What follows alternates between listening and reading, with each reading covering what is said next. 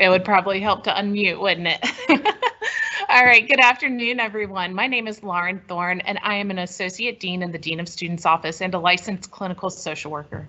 I am honored to serve as the moderator for today's Cupola Conversation called You Matter, Getting Real About Student Mental Health. We've got a fantastic set of panelists for this discussion today, and each of us is passionate about mental health and supporting our students, whether it be as a faculty member, administrator, counselor, or parent. If this is your first time joining us for Cupola Conversations, welcome. If you're a regular attendee, welcome back. Either way, we're excited to begin our spring semester of programming with this topic that has been pushed to the forefront as we enter our third year of a pandemic that has impacted everyone's mental health and well-being, but especially our students. Cupola Conversations is part of the ECU United initiative that was started by a student leader in 2016 with the Division of Student Affairs. At that time, the world was hurt, broken, and going in the wrong direction. We still struggle with all of this. ECU United isn't intended to fix the entire world all at once, but rather to start right here at ECU and grow beyond the walls of our campus. I encourage you to visit the ECU United website at ecunited.ecu.edu to learn more about ECU United, as well as the numerous programs and events under the ECU United umbrella. In short, ECU United is about one student, one staff member, one faculty member, standing together to make our campus better. From there, we can carry our empowered message to the world and influence meaningful change. When we talk about mental health, I think that lesson is especially true, as we know that one conversation or connection can make a world of difference when someone is feeling anxious, isolated, or hopeless. We have some ground rules for discussion that I'm going to share, and we have opted to have this as a virtual conversation, especially so that parents and other family members could participate. But we also know that it's going to pose some challenges and probably won't be as fluid as we would like to have in person. So please bear with us. We will have a great conversation, and even though technology issues may come up, we are going to power through. Hopefully I already got that out of the way. For our format today, we have three fantastic panelists to talk about mental health, as well as the many services and resources on our campus. We have prepared some questions for them, but we also want to hear from our audience too. So for those of you who are watching today, all your microphones and video are muted to avoid noise and audio interference. During the discussion, attendees, if you want to pose a question, you can use the chat feature or the Q&A feature, and we will have student affairs staff monitoring the questions, but the panelists are not. So we may not be able to get all of them, but we'll do our best to get to as many as possible. We're going to start off first today by having our panelists introduce themselves. And to kick us off, I am going to start with Dr. Gwendolyn Tyson.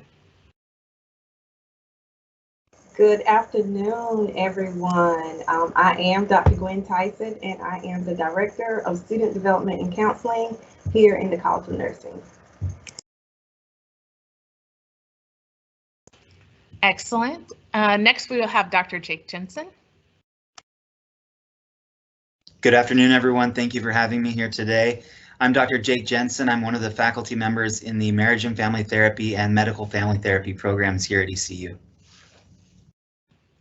Thank you, Dr. Jensen. And finally, we're going to have Felicia Bridgers.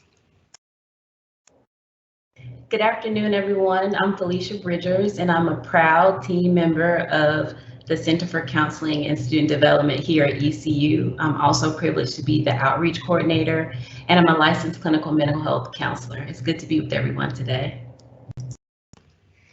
Thank you, Felicia. All right, so to get us started today, to all of our panelists, we'll kind of take turns answering this question. We know that student mental health and well-being has been a concern for years now, but it seems like the pandemics and events of the past couple of years have pushed this topic back to the forefront, especially at colleges and universities. What do you think are some of the factors that have contributed to this, and how have you seen it impact the students and families you work with? Why don't we start off with Dr. Tyson? Do you want to take this one first? Absolutely. Okay. Thank you. So that's a loaded question, but we're all social beings for sure, right? And we have like certain expectations of our college experience, and when that's not happening or panning out, you know, the way that we want it to, that's problematic emotionally, financially, and physically, and it's impactful in so many other ways.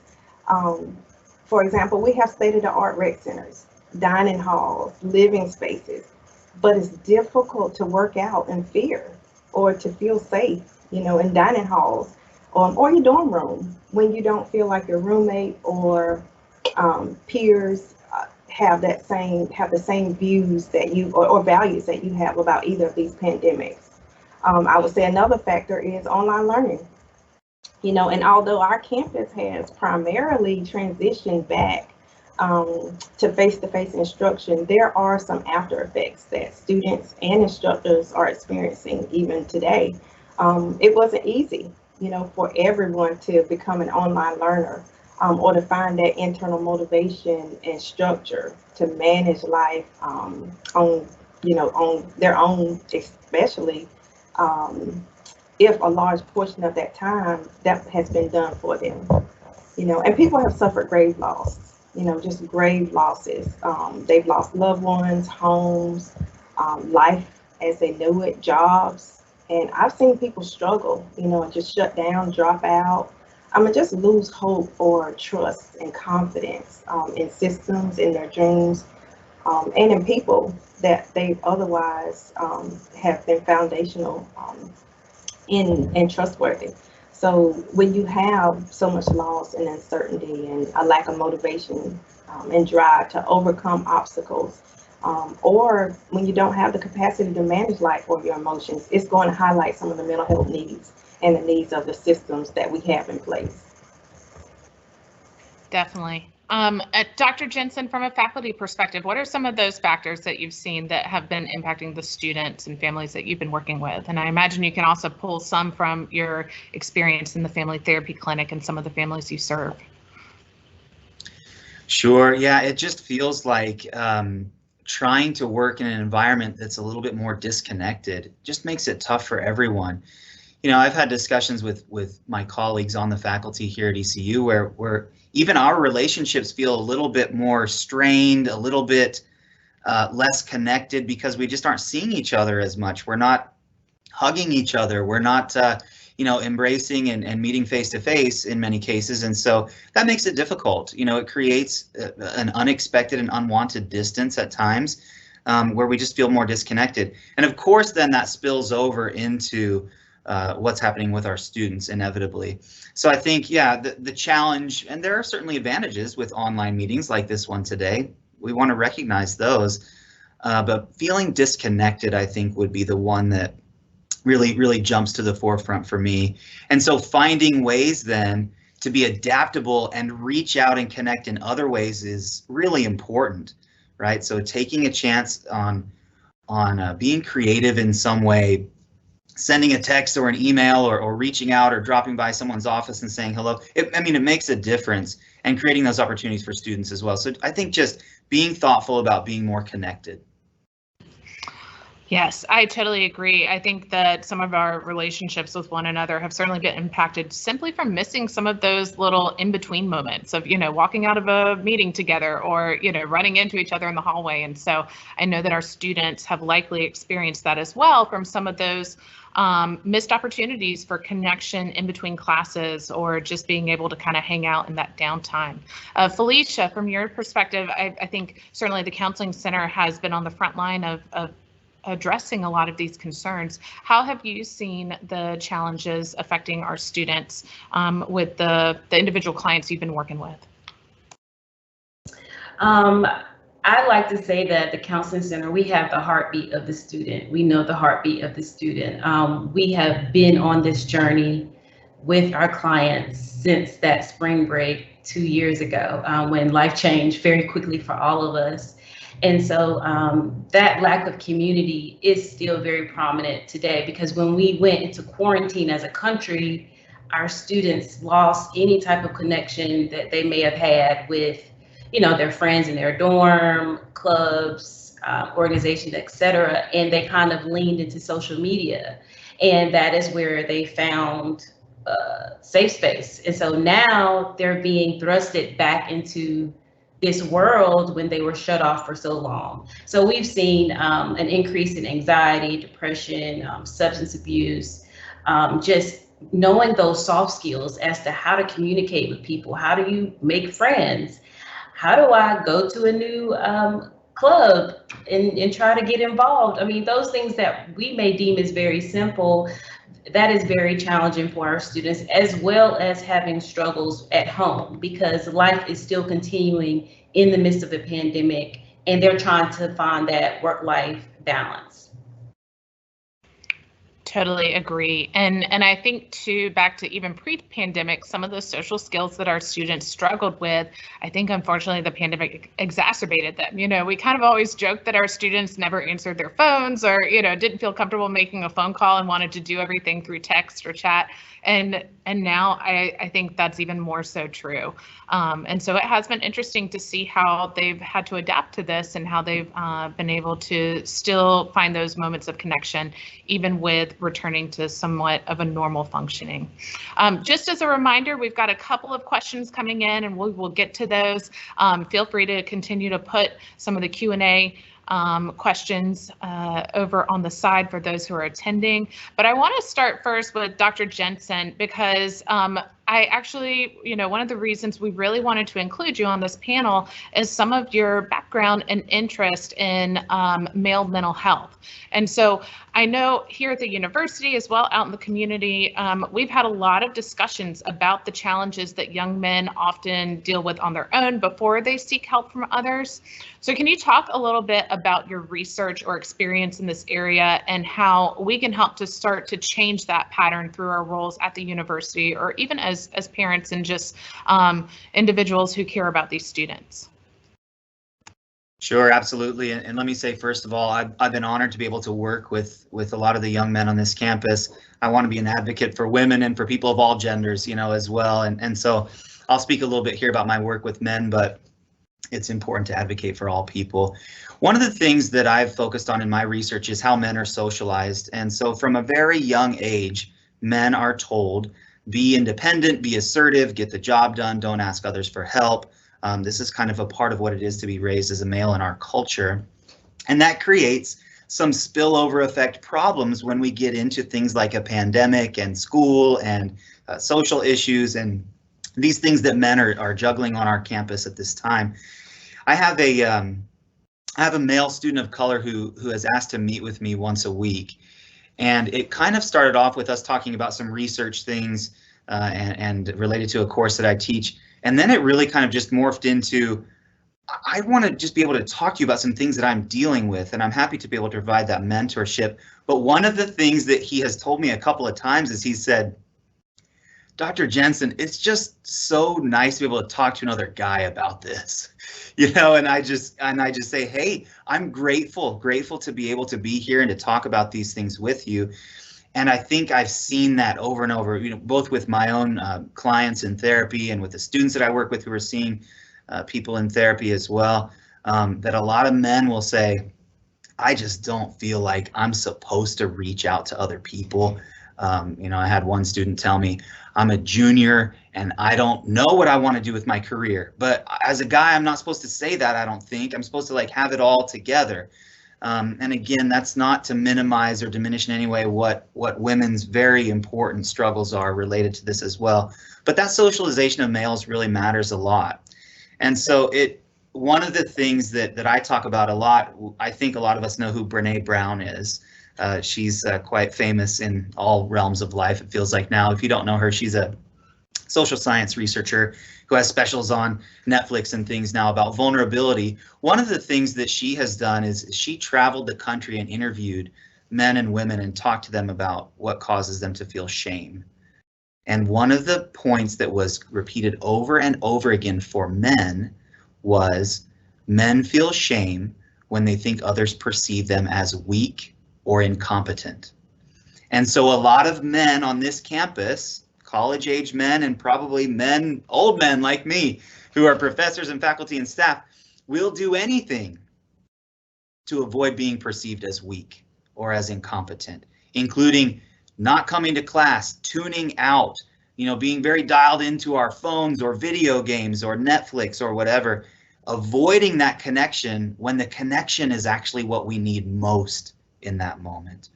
And so being there for those men really matters a lot. Being someone who can say, this doesn't impact how I feel about you as a male. I want to just know how you're feeling right now. Things are hard for me. I'm sure they're very difficult for you. So being able to open up those conversations and just recognizing, and I want to say, to empower those who are not men to have these conversations as well.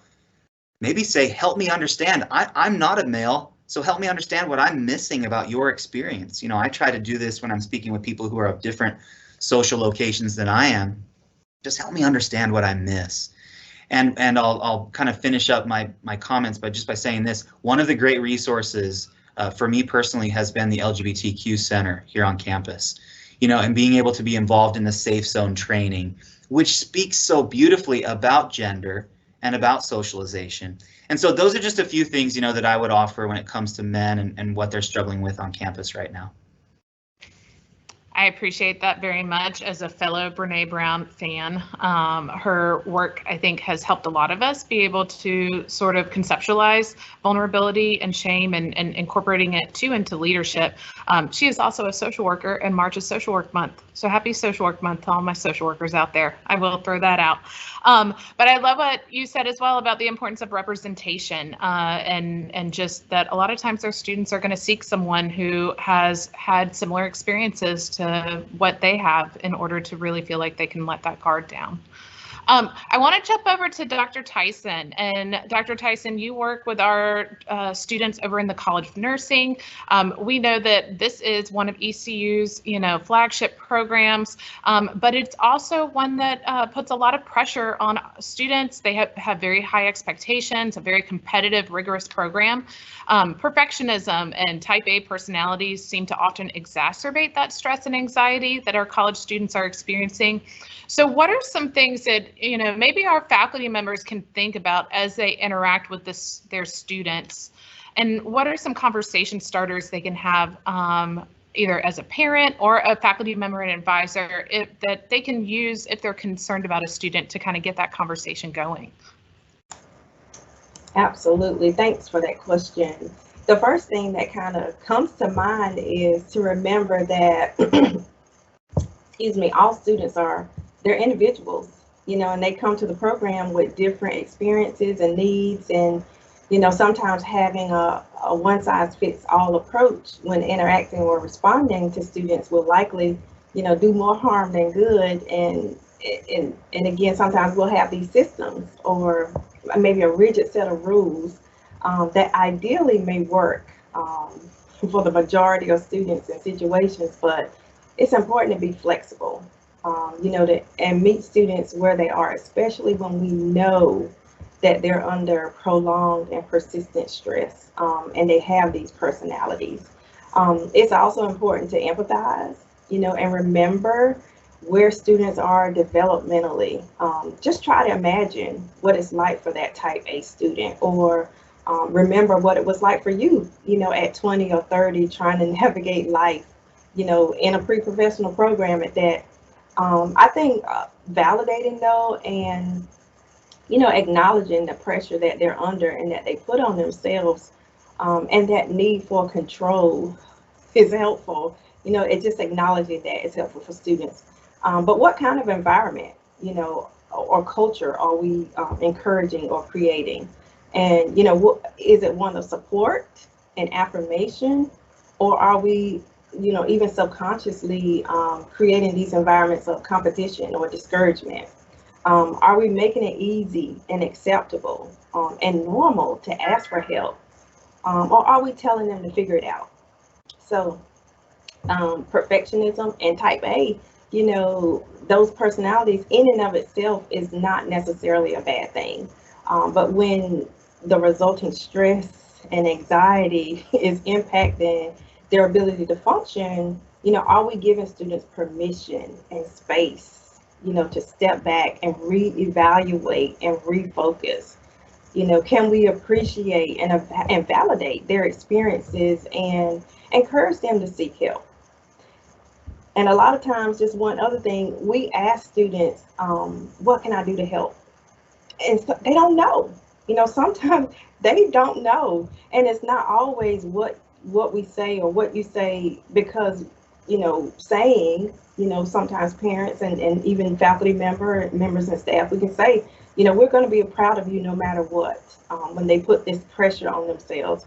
So don't put pressure on yourself. But our well-meaning actions sometimes will contradict that, and that's not helpful. So instead, some better questions might be, do you have any ideas about what might be helpful? You seem really stressed or anxious, more so than normal, which is to be expected in these programs. But can we talk about, some of the stressors or the triggers that's causing this anxiety? Can I help you find someone who might be able to walk you through this, and just help you manage that excess stress and anxiety that you've been experiencing? Again, I found that, just validating their experiences and assuring them that you want them to be okay more than anything else, that's relieving for students. Definitely. I think that kind of moment of sort of like, I see you, I see the struggles that you're going through, acknowledging just that it's been difficult and not dismissing those feelings, I think can be the first step in really being able to work towards finding a solution. Quick follow-up question, Gwen, that we actually had come in through our Q&A. And I acknowledge as well, I am talking to you as the director of, counseling and student support services. I know you're not involved in curriculum development or anything, but the writer was curious, should ECU be looking at some of these programs like nursing to sort of evaluate the course framework and spread out some of that course load for students who are struggling with anxiety or depression that seems to be exacerbated by the course load? As someone who's working with, a group of students who, when they are on that track, they're on that track. What are your thoughts on that? And is there something that maybe we need to take into consideration when a student seems to need a little bit of a reprieve or a breather when that framework isn't working for them? Absolutely, 100%, like on the money. I always am on a soapbox of, in my own space of, this should be a graduate program, or this should be, it got to be spread. There has to be another way, there has to be another way, because even if you don't have that, unfortunately, that type A personality or this control and pressure, most students that get into these programs are used to doing well, like period.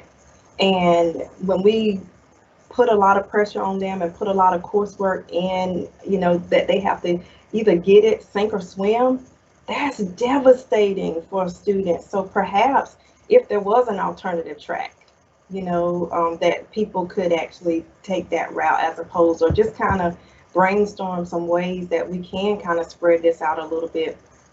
I gotta give it to the faculty here in this program that really try, they understand, they get it, how can we help you? How can we best support you? And they provide, those resources that gives that extra help to those students who are struggling.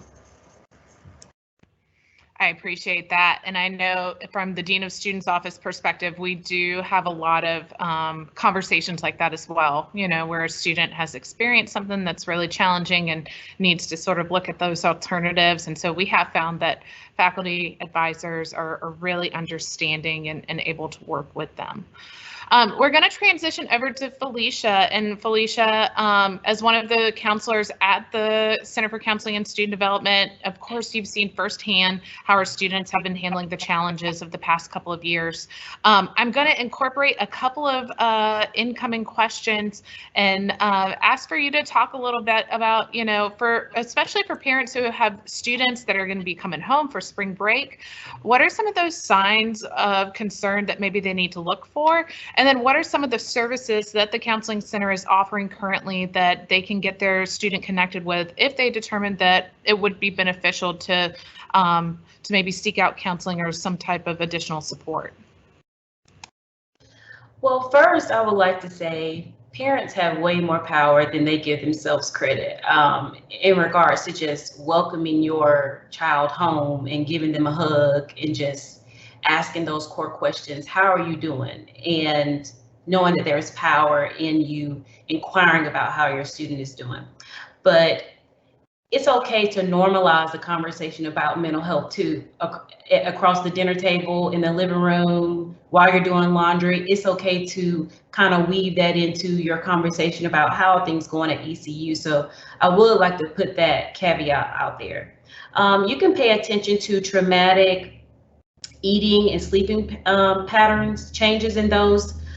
Excessive sleeping is very different from a child just being tired from taking midterms. So it's important for a parent or guardian to be attentive to that. Looking at their hygiene maintenance, if they're going days without showering or brushing their teeth. That may seem trivial to someone, but those can be some red flags in regards to how your student is handling things regarding their mental health. Mood swings, isolating themselves in their room. Once again, that's a big difference between someone just gaming all the time versus just wanting to stay in the room in the dark and not really coming out except for to grab something to eat or use the bathroom. Anxiousness, crying abnormally, a decline in their academic performance, even conversations about being unhappy about their body image.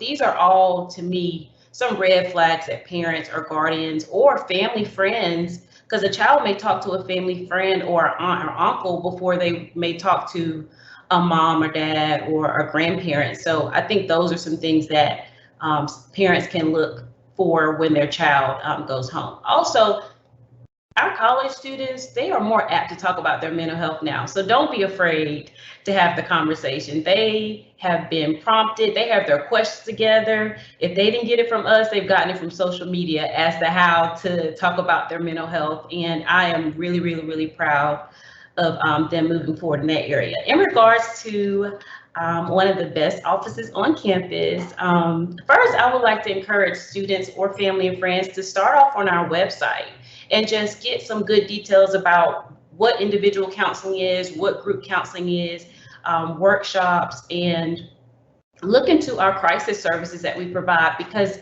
our website is a hub that explains everything before you feel like you have to jump in to that initial session.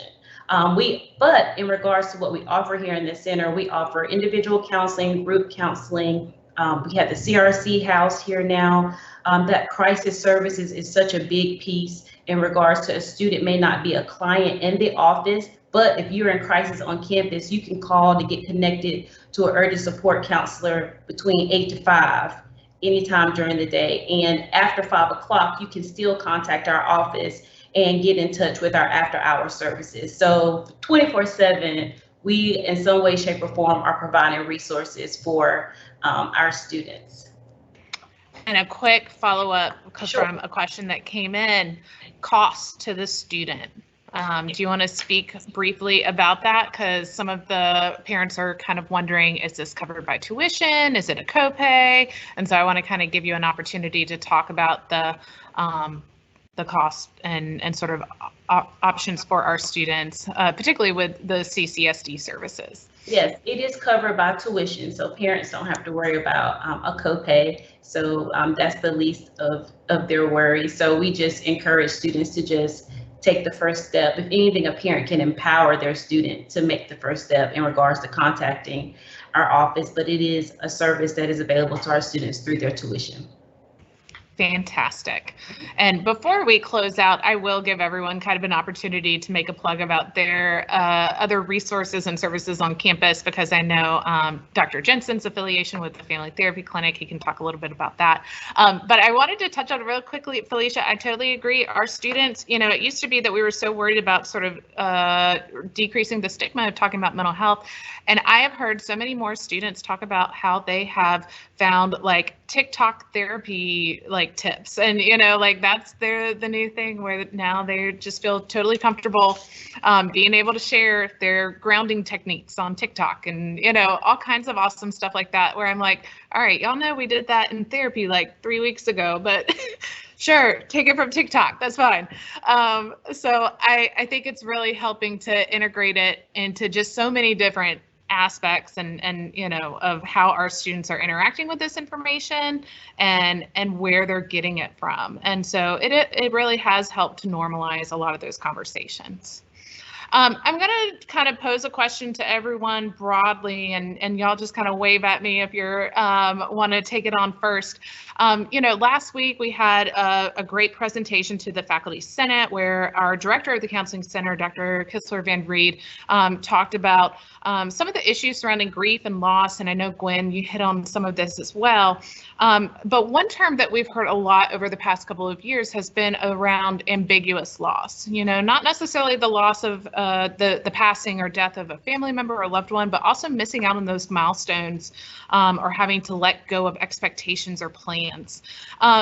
Have you seen this impacting some of our students just in the way they're kind of approaching some of these major life events that they're coming up to?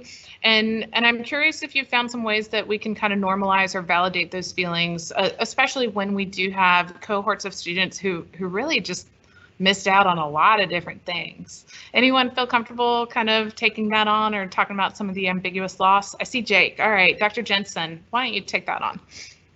Sure. I mean, I think we've seen it across the board. I mean, students have missed in-person graduation. Certain cohorts, have missed the opportunity to, one thing that I'm involved in certain years is study abroad. Some of the study abroad opportunities, were shut down over the last couple of years. Thankfully, it looks like those are moving forward for this year. But those are big things that the students look forward to.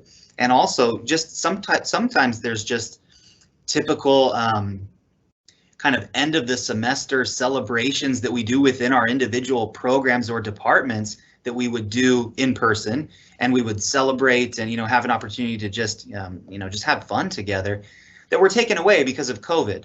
And that really does play a role in increasing the stress that each of these faculty members or students feel. When you take away something that you're looking forward to that's fun, often that's kind of what gets you through the tough days, right? And so being able to recognize and validate that and just point it out and say, yeah, we've had some of the funner things taken away recently. Yeah, there's merit in that, and just being together and recognizing that makes a difference, I think. Yes. Totally agree. And I think as we've begun to open back up a little bit, we've seen students responding and really coming out to some of these events and being ready to sort of return to normal. Want to pause for a second. Felicia, Gwen, either of you want to talk about ambiguous loss and how you've seen it affecting the clients you're working with? I just wanted to add just a little bit, if I would. I encourage, students just with any, it's not the same, but with any other loss, celebrate that when you can. No doesn't always mean never. And although it might look different, later on, I celebrate, my birthday is on January the 12th, and I call it Gwenuary. It's Gwenuary the 12th. Because it's all month long. I'm not celebrating one day. I worked hard. I've accomplished a lot. I've done a lot. So those milestones, it's terrible that you can't celebrate them as you traditionally would. But don't let that stop you or prevent you from actually moving forward and celebrating yourself, because you have worked hard. Totally agree. And I will say too, even with major holidays and things like that, I don't know about y'all, but it took us 3 tries to do Christmas with my family this year because everybody got sick every time, and so it was sort of this delay and postpone, delay, postpone. And I know for our students too, they are feeling the same type of pressure where it's oh my goodness, can we just have something that feels reliable? So totally understand. And I think it's just sometimes it's healthy to sort of just acknowledge it's just hard to manage some of those expectations sometimes. I want to take a moment to move on to what, I feel like is an incredibly important topic, because I don't think we can have this conversation about student mental health and the impact of the pandemic without also including the impact of the summer of 2020 following the murder of George Floyd and all the demonstrations around racial discrimination, systemic oppression, particularly because for many of our Black students, our Asian American students, Latinx students, these experiences are very much intertwined and they cannot be seen as separate issues. They're very much, pulling from the same stress responses and the same systems of trauma. So for any of you who want to kind of take this on, how have you seen this addressed on campus or in the classroom?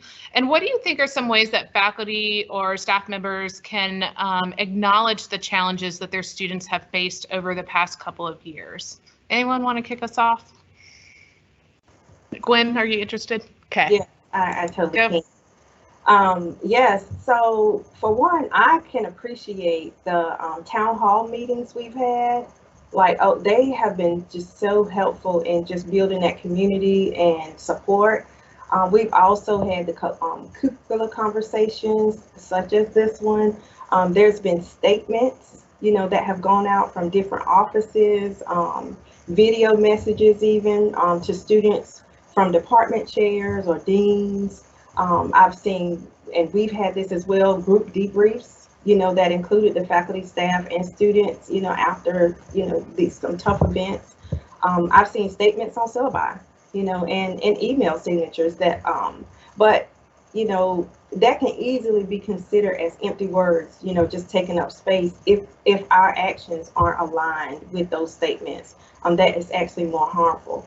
But what students and other members of color are experiencing is heavy, you know, and for many people, especially the majority race, that situation, you know, of 2020 is over. Or with the Asian Americans, Asian population that recently happened, that's over, you know, for a lot of people, and they've been able to move on and forget about it. But that's not the case for communities that have been impacted. The weight of it all is still very heavy and it's exhausting. So be intentional, you know, and put it on your calendar if you have to, but check in with your students every so often. You can send an email, do a quick electronic poll at the beginning of class or before class if you don't feel like you have that time. And I think one of the things that kind of prevents this is that you don't have to know how to support students. So just consult with others, you know, use your resources on campus, you know, the Office of Faculty Excellence, OED, you know, the Counseling Center, the Dean of Students, and ECU Cares even if warranted. Invite students to your office to chat, you know, and if you see them struggling, show a little grace and let them know that you want to work with them to help them, to try and help. Thank you so much for that. And yes, I think there are a lot of excellent resources on campus that have really been able to support our students that throughout this time. Felicia, Jake, you want to take this on? Go ahead. Yeah, thank you. And I completely agree. It's just so important that we recognize we can't separate, you know, COVID from these social challenges that we've faced in our nation recently. I think that one thing that I've really appreciated that I've seen some of my colleagues do is just giving space for these conversations, even within the classroom.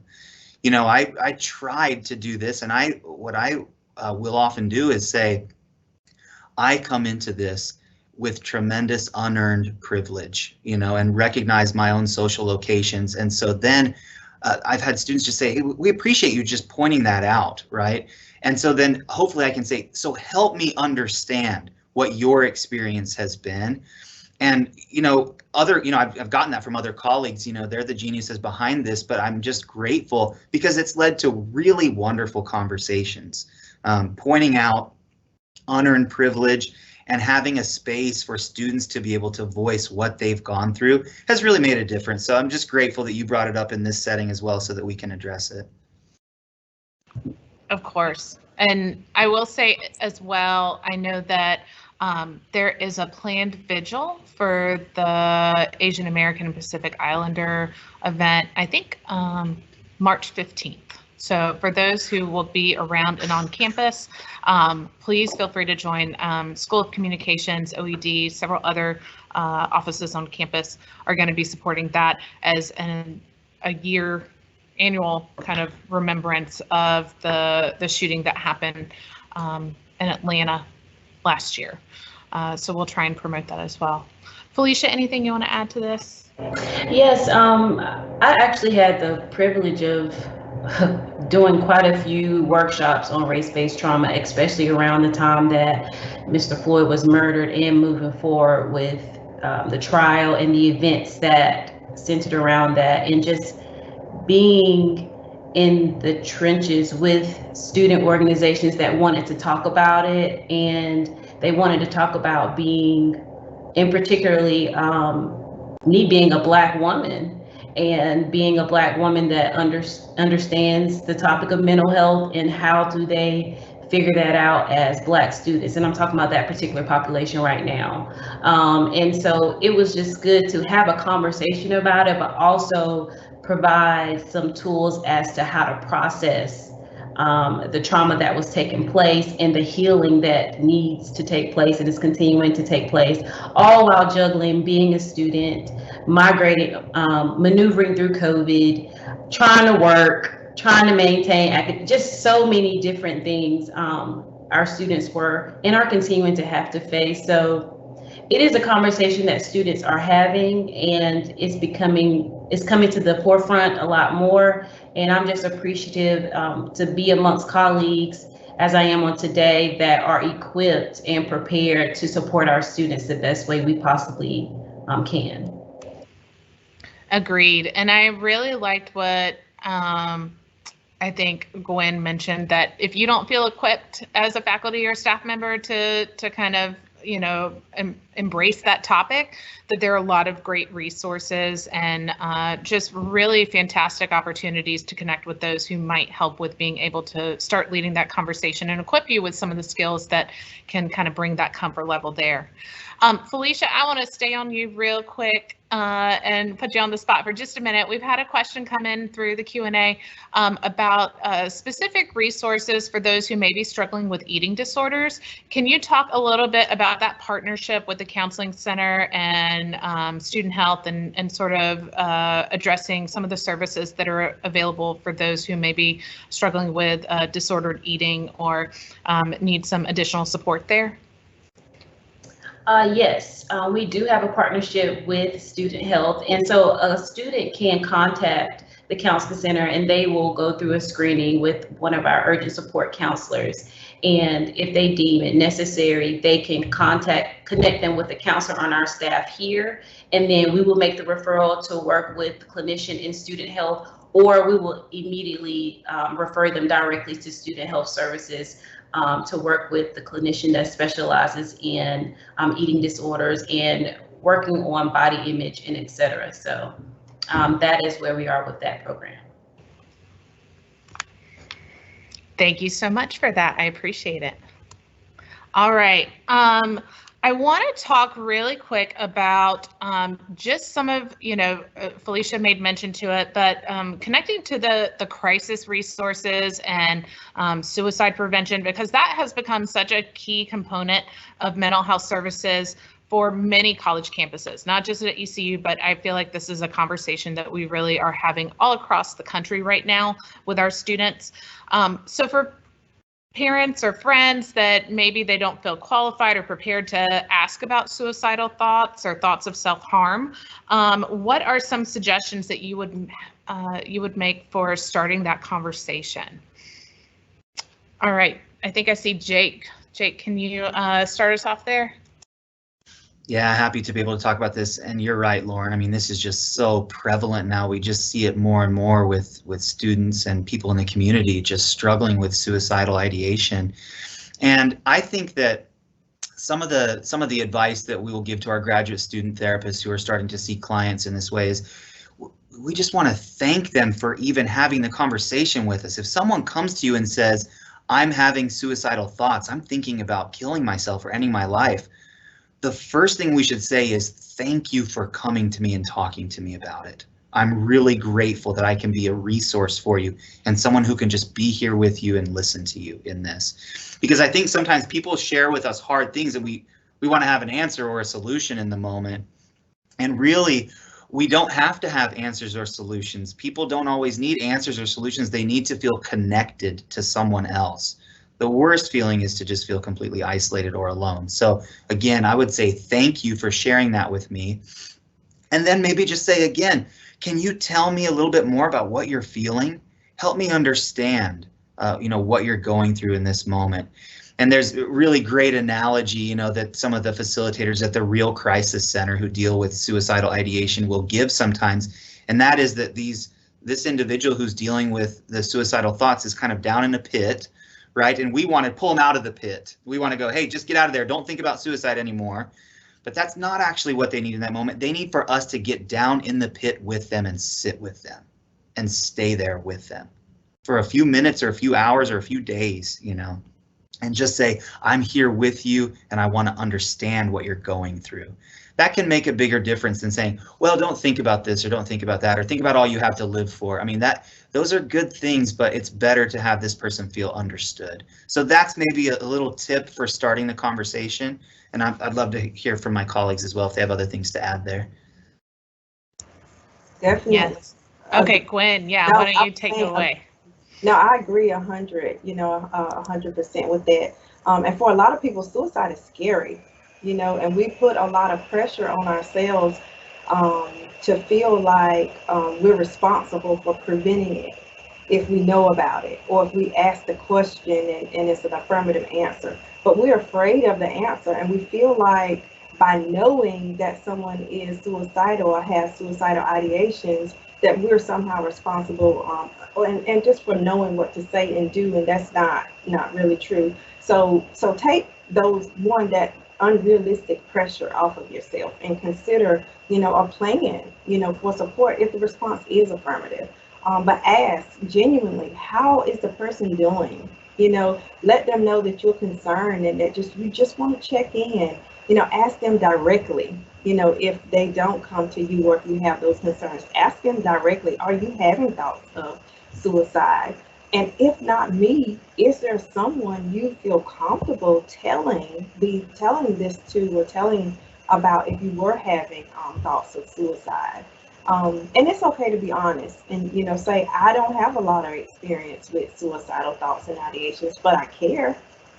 And I don't want you to feel like you're alone and on your own. I want to support you, and have you speak to a professional, who is a little bit more qualified to help, and then make the call with them, as Dr. Jensen just alluded to, be with them, validate that life is tough and that you indeed want to support them, even if you don't know what to do. Agreed. I think it's so important just to kind of let them know that there are folks out there that are listening and want to support them and that are going to be there for them to help connect to those resources. I know, especially too, when I was practicing, I did a lot of education around the difference between non-suicidal self-injury and suicidal ideation. And sometimes as parents, that's scary. Like, we don't want to determine the difference because it's still all very intimidating and can be very overwhelming. And so sometimes having that clinical viewpoint can be really important to sort of, bring the pressure down. Felicia, what would you add to that?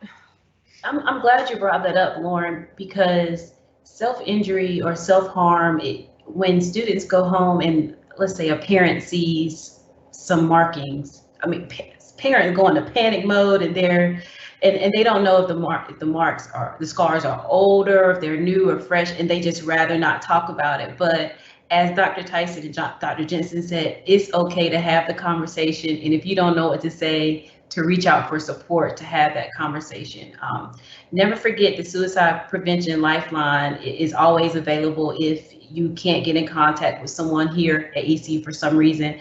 But our doors are always open here at CCSD to reach out to through crisis, and we will help walk that student through getting the support that they need. Hospitalization does happen.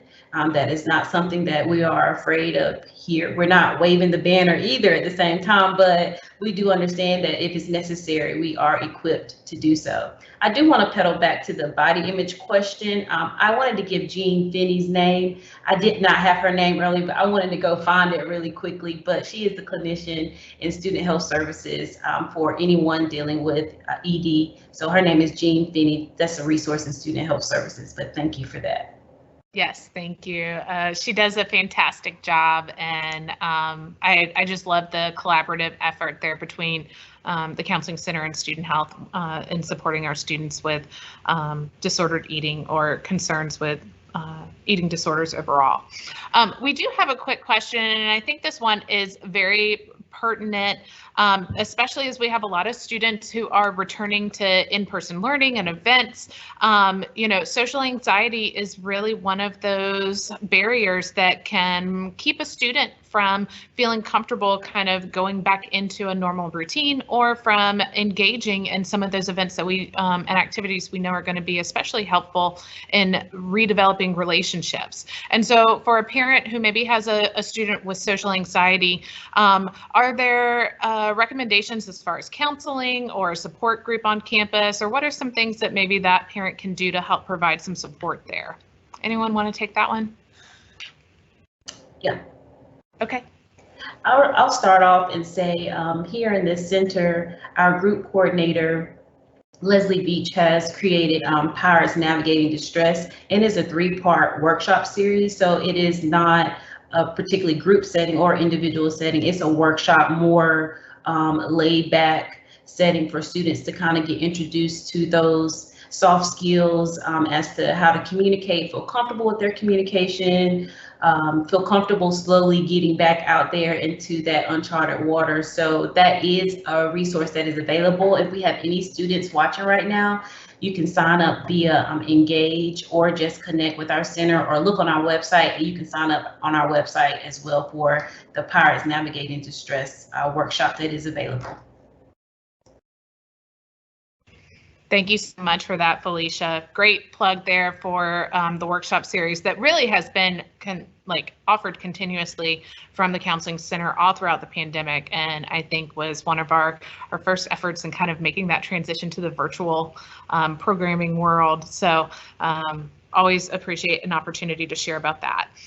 I'm going to start to wrap us up here and want to kind of focus on a few positive things, because I think it's really natural for us to focus on the students who need the most support or are experiencing a crisis.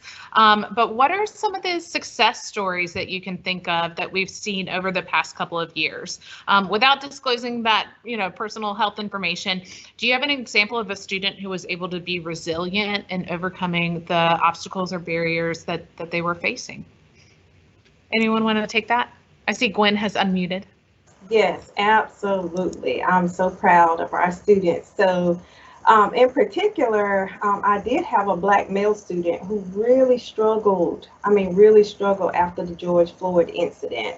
And I, of course, thanked him, but I applauded him for actually reaching out for support. But he did that. He did just that. Instead of just kind of staying in his own head, he reached out for support. He utilized his resources, and he learned not to focus on what he couldn't control. All of the outside stuff that was going on very quickly. He had to adjust and learn. We can't focus on that if we're going to be successful. But he became intentional, instead about creating the change that he wanted to see. And he used his pain, to push him forward. He was intent on graduating and fulfilling his dream, because George Floyd, Ahmaud Arbery, Trayvon Martin, Breonna Taylor, and the countless others, they wouldn't have that opportunity. So he just graduated this past spring, and amazing example of just sheer resilience and just taking the bull by the horn, so to speak, and really pushing through that pain. I love that. And I think that's a great example of how, our students have just been so strong and amazing in what they've been able to accomplish, even with all of the challenges that they've had to face. Felicia, Jake, either of you have sort of an example that you want to share? Jake, go ahead. Sure. I just have worked with a student who's had significant physical health concerns that have been exacerbated through COVID, and has caused this person to be, especially cautious. And I think just being willing as an instructor, as a faculty member on campus as well, to be flexible with assignments or with the way that certain projects are done. It really has made a difference, I think, for several students. We have great faculty here on campus who have quickly pivoted to online learning or different kinds of assignments. And I think it's really made a difference for this particular student, who's been very cautious, understandably so, with some of the things that we've asked them to do with regard to, in-person presentations in class or things like that. Just having that flexibility has really made a difference, and it's been really neat to see them thrive through this. I will definitely support that from the Dean of Students role. We love it when our faculty members are understanding and are able to provide some additional support and just flexibility for our students who are trying to get through life, you know. Felicia, anything you want to share from your side with the Counseling Center?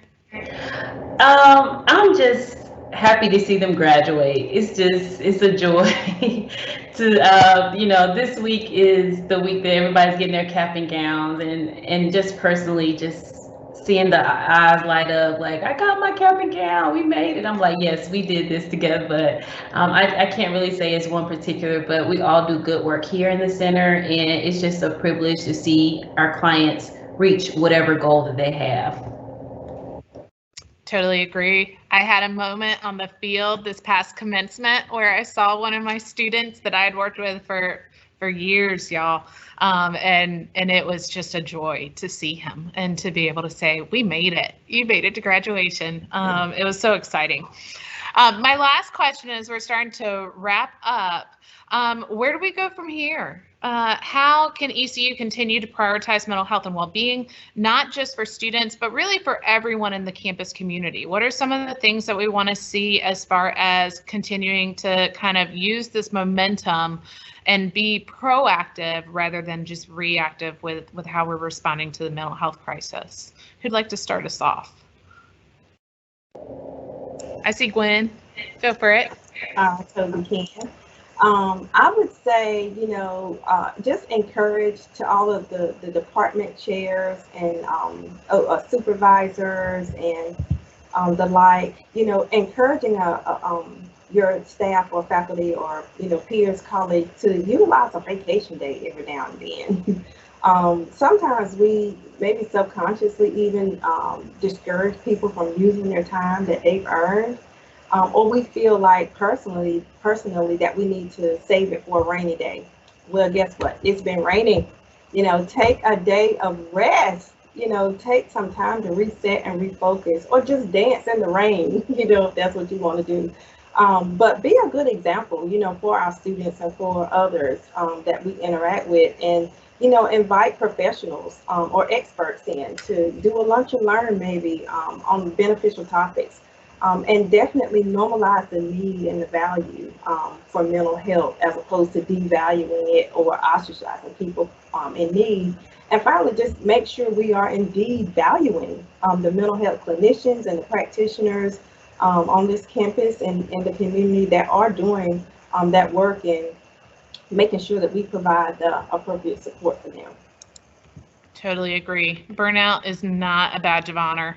And I often have heard as well that, our clinicians, our mental health professionals, they were frontline workers just like everyone else. It was just that quiet, confidential frontline that we can't talk about. And that was the biggest challenge, is that, all of that secondary trauma and compassion fatigue, it gets to you.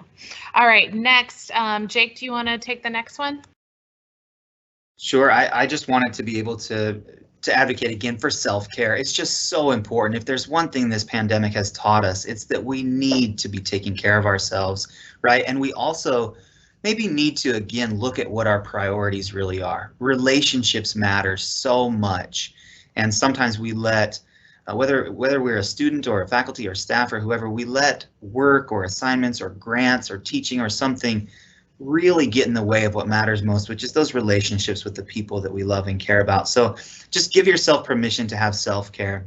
And I think, Lauren, if I could, I wanted to just be able to put a plug in here as well for the ECU Family Therapy Clinic. I was hoping you would. Go for it. Yeah, thank you for that opportunity. And I think that a lot of students and faculty and staff think that the Family Therapy Clinic is only for families, but we see individuals and we see couples.